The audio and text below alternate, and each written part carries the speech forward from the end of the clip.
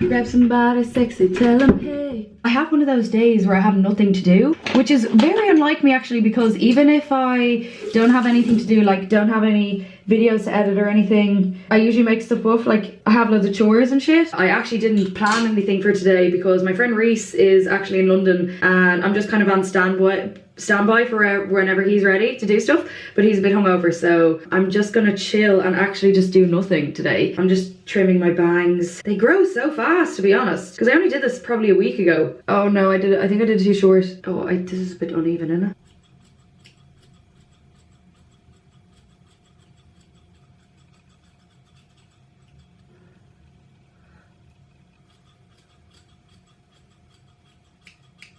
Oh, I think I might have done too short. It's like a proper fringe now. Fuck it.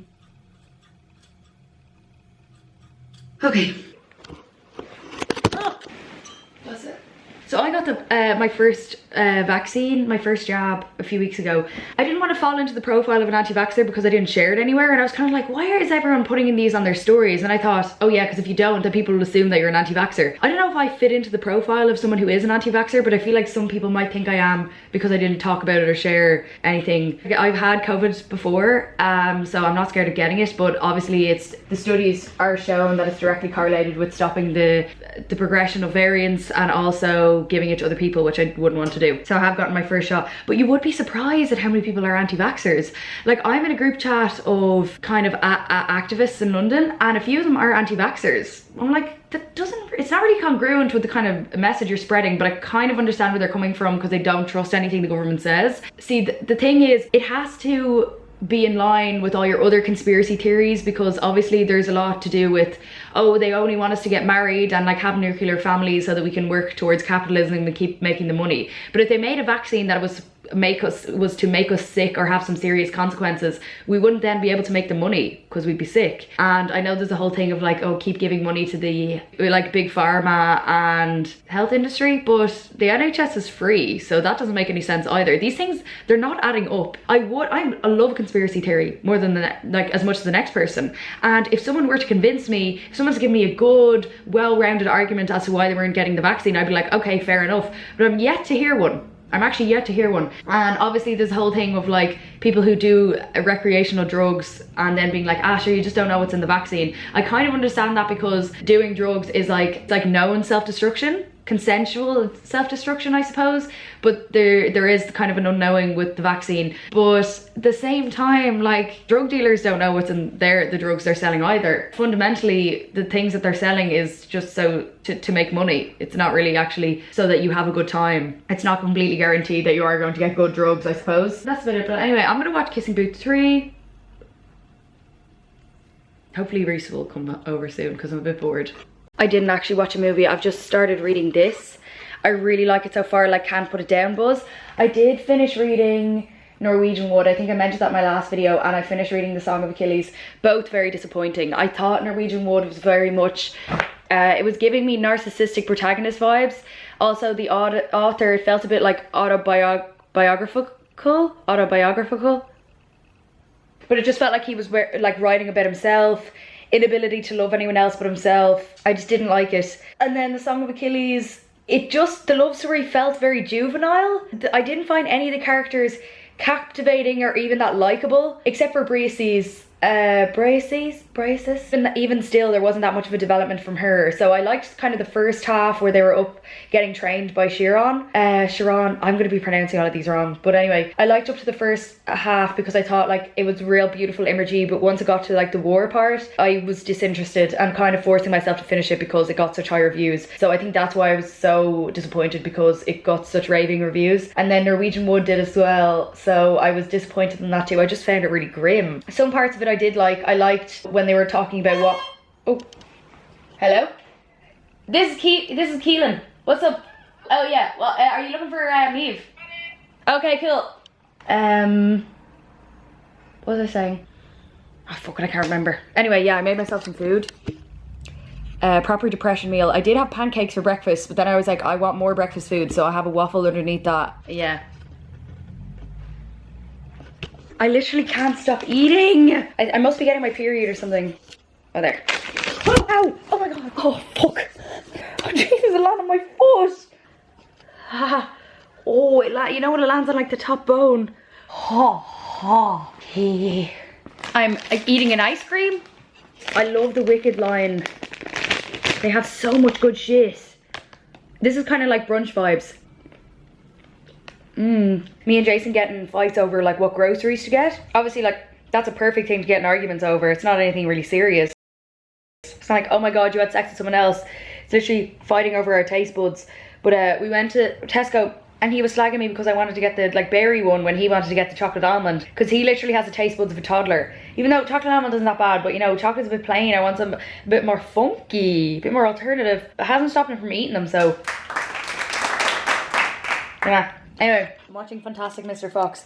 This is what you call self-care. And then I'm actually going to do some exercise, because I don't know if people are aware of this, but Jason used to be a PT, and like he wanted to be a bodybuilder when he was younger. So he's made me a little sort of, he's like given me a PT session like once when I was like doing shit on my yoga mat, and he was like, okay, one more. That's literally all PTs do. They just shout at you to keep going.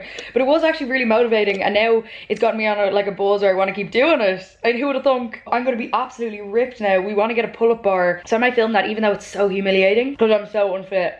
But I might film it for the laugh. And my mental health is going fantastically at the moment. If anyone wanted an update, I've just finished my last microdosing pill, and I ordered some new ones because it's like made my life significantly better. Whether it's a placebo or not, it's still working. I have to watch the Liverpool match with Jason tonight.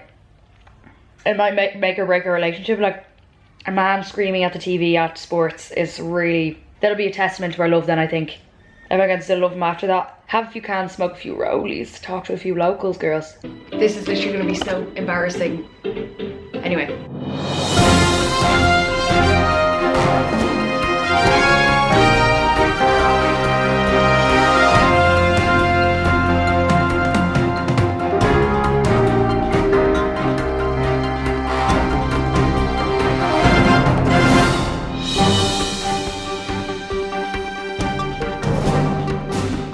A timer for 1 minute. 1 minute, starting now.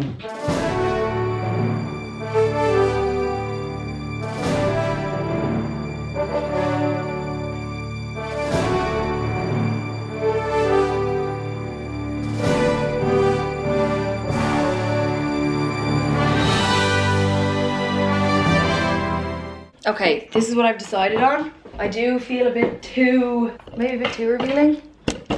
Can you see me? What do we think? I just want an excuse for these boots. See? And I got this top on Vinted the other day as well, so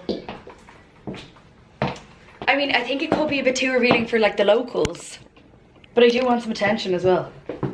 So I'm gonna put makeup on now too, because I dyed my eyebrows, but as you can see, some of it stuck to my skin, so I'm gonna need real high coverage foundation on that bitch right now. That could be the thumbnail maybe.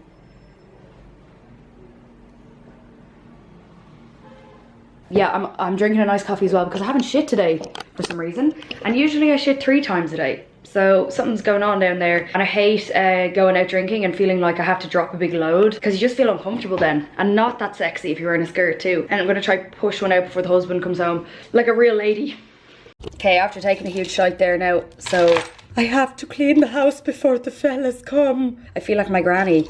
Oh Jesus, all the boys are coming. Hopefully these are the right fingers that I'm doing. Surely it is. Wait, one more. No, wait.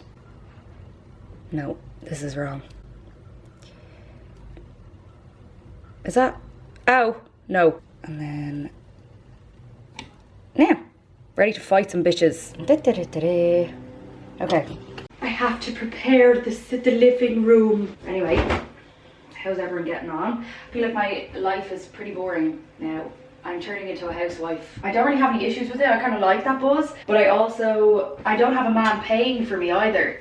See, that's the thing, like I work and make my own way, and making a pretty good living for myself, but at the same time, I don't have anyone pay, like, I don't have a shared bank account or anything, is what I'm saying. And I don't have any kids to show for it either. I mean, like, that would be kind of buzzy having a kid running around and like to say funny stuff. And I sit around waiting for him to come home. That's so embarrassing. I literally sit around waiting for a man to come home. Ugh. yeah, I'm really pretty scarred for myself, to be honest. But there's not really much else I could do about it. That's part of growing up, isn't it? You just miss your partner and wait for them to come home. I mean, it's not really anything to do with, it's not really congruent with the, I don't know why I'm putting an emphasis on his gender, because it really doesn't make a difference. Because if it were a woman who I was waiting for, I would still be in the same position. I would be sitting around waiting for them to come home. It is just because I work from home. What can you do? Well, I've made a little cheat sheet for myself. I literally mother loaded on this bitch by only having to do kind of like a 6-hour work week, I suppose. Well, with the tarot readings, that takes up a bigger time. I'd probably do about 16 hours a week with that. But then the rest of it, like YouTube, which actually pays my rent and stuff, sure, that's only a few hours a week anyway. So, I mean, should I take up crocheting maybe? I don't know, I'm not complaining actually. I don't know why I'm moaning. I'm just constantly having an existential crisis. I know I haven't read The Year of Rest and Relaxation, but I'm getting that vibe off myself just by reading the blurb of it. Anyway, because I probably will finish A Little Life soon enough. So. Okay, so. And my hand take no more. Okay. I look fantastic. Also, I haven't, where will I sit? Here. We're trying to get a bed frame at the moment so we have more storage so we can like stick on, oh Jesus, so we can stick stuff under the bed. But I'd love something to go above, because I don't want a bed with like a headboard. I just want maybe to hang a tapestry or something behind us. But yeah, so we can fit like drawers and shit under the bed to have more, because we do have a lot of clothes. And one of our chest of drawers is a bit iffy. Like the drawers always breaks in it, so I feel like that's about to go soon. Oh yeah, I haven't like sober smoked in so long. I just haven't had the urge to at all. I do after a few pints, obviously nothing better, girls. I actually am becoming boring though. And I got told yesterday by some woman that I saw on Oxford Street that I wasn't going to heaven. I was like, I think it's too late for that. Literally just because I wouldn't talk to her. She was like, you're not going to get into heaven. And I was like, I don't want to. Hell's going to be way buzzier. Every time I've gone to a therapist, they either just try to diagnose me with something, or they're just like, there's not really much we can do. Because I can't really talk about my traumatizing experience because it's re-traumatizing and actually can be counterproductive. But then I'm just like trauma dumping on Jason all the time. But I have learned from my past mistakes. I think, so you get to a certain extent, you can only help yourself. I mean, the tools are there if you need someone to talk to, and that's great. I think therapy is great for that, but sometimes you just have to find the tools within yourself. And I think I've found good ways to cope, how to better myself and how to treat others better, because I went through a huge phase of my life of taking things out on other people, even though I didn't realize I was actually doing it. And just upon some self-reflection, I have realized that I was a bit of a brat a lot of the time, which is why people might think it's like self-deprecating because I'm always like calling myself a brat or ungrateful, but I was like that like a few years ago, like literally 2 years ago. Yeah, because I was just like, oh, resenting the world and resenting men. And yeah, one of my core issues was that I was really resentful towards men, so that's why I ended up being very mean to all the men in my life. Like I said in one of my past diary entries, I was on the verge of misandry. Now I'm not so anymore. Now I actually do see them as humans, but it was a real issue for me for a while. Real issue. I mean, because that's half the world that I'm resenting for absolutely just because of one bad experience. Well, few bad experiences. I'm gonna put makeup on, but I'm not gonna record myself because I want to listen to some music and I want to sing my little heart out. I haven't been able to cry in a while though. I think that might be an issue. I haven't had a good sob in a long time since I was home.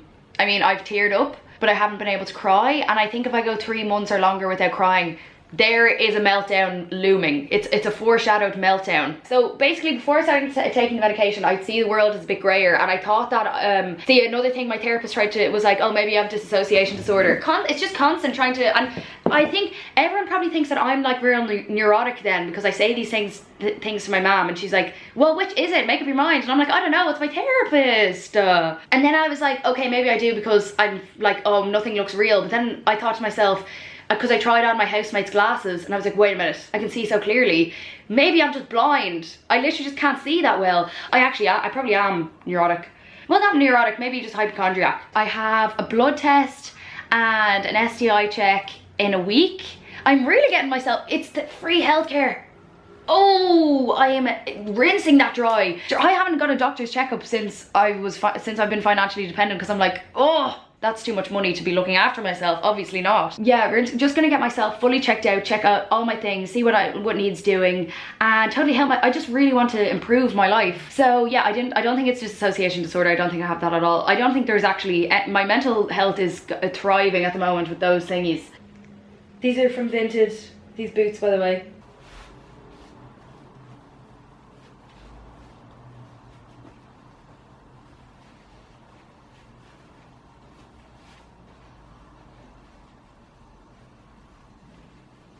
You don't know it's tie now.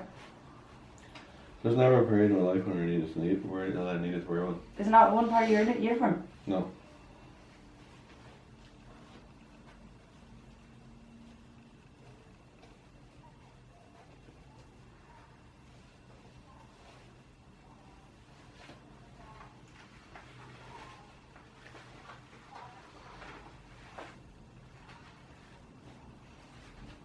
Thanks, babe.